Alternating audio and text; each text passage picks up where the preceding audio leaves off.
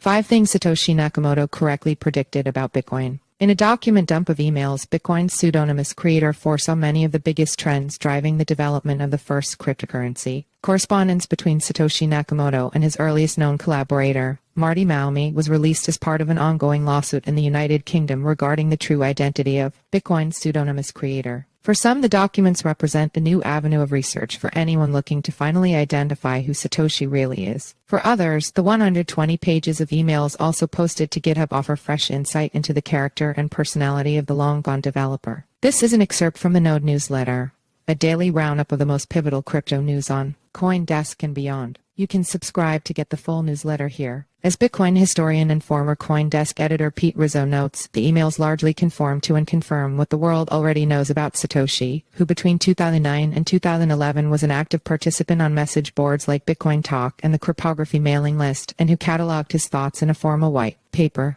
See also, Stupid Things Craig Wright said in his latest Stupid Trial opinion. However, new information has come to light via the document dump, including Satoshi's attempts to support early Bitcoin developers, his anxieties about developing a Bitcoin use case, and his prescience in anticipating some of the biggest debates that have defined Bitcoin's development, including over block size and energy consumption. Here are 5 things Satoshi Nakamoto predicted about Bitcoin before stepping away from the project. Debates take energy. Proof of work, the algorithm backing Bitcoin, is a fundamentally wasteful process by design. Even back in the days of Satoshi, people realized that if Bitcoin were to become successful, the hashpower directed towards securing the network would be massive. Satoshi anticipated this debate and responded to critics, writing, "Ironic if we end up having to choose between economic liberty and conservation." In his message to Malmi, Satoshi notes that Bitcoin can only be truly peer-to-peer without a trusted third party, unlike the centralized attempts at electronic money that preceded the first cryptocurrency. If it did grow to consume significant energy, I think it would still be less wasteful than the labor-sick and resource-intensive conventional banking activity it would replace, he wrote. Indeed, Galaxy Research published a report that found the global banking system gets through 263 terawatt-hours a year, or twice what the Bitcoin network uses. Rule of law.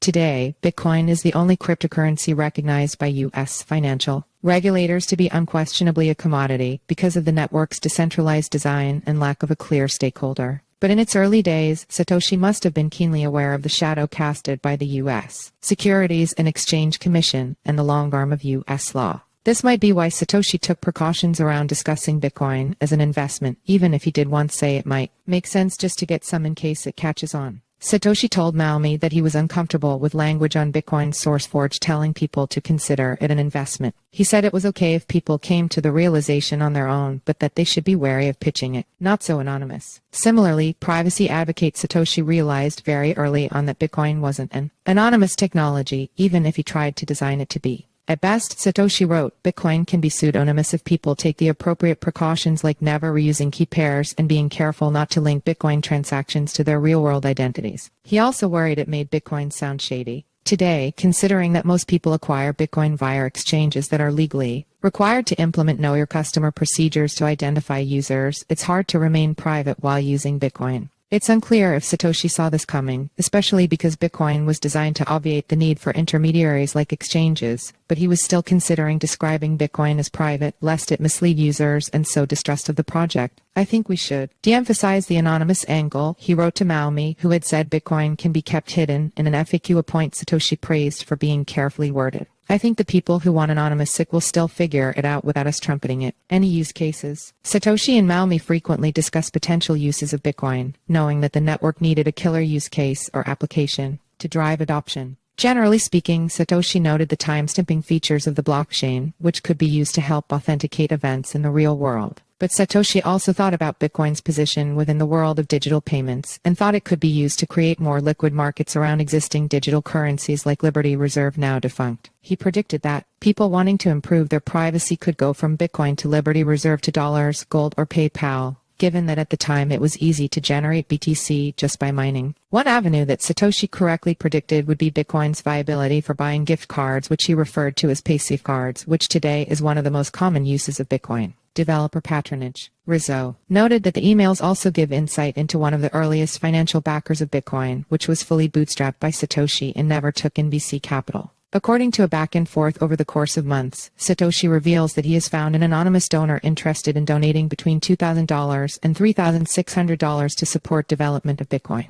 While it took some time for the mysterious and still unknown benefactor to send the cash via post to Maumi, the money did go towards paying for website hosting costs and other incidentals. See also Nick Carter. Bitcoin's patronage system is an unheralded strength opinion. While this isn't a massive financial windfall, securing funds to offset the costs of volunteer work by developers shows, perhaps for the first time, that Satoshi was aware of challenges of supporting open source development. It might be a long time before we get another donation like that. We should save a lot of it, he wrote. Maumi was also told to take $1,000 of the donation to put towards an exchange he was developing, which could have helped support the BTC-USD exchange rate, then worth just a few cents. If anything, this anticipates the current state of Bitcoin development patronage, which is still ad hoc and arguably insufficient. While it's becoming more common for firms like Block, MicroStrategy, and others to sponsor Bitcoin developers, over the years a number of contributors have walked away from the costly labor of love. Satoshi notes at several points that he is often too busy with work to put as much time and attention towards Bitcoin as deserved. He is thankful that developers like Maumi and Satoshi's handpicked successor, Gavin Andresen, were around to carry the project forth.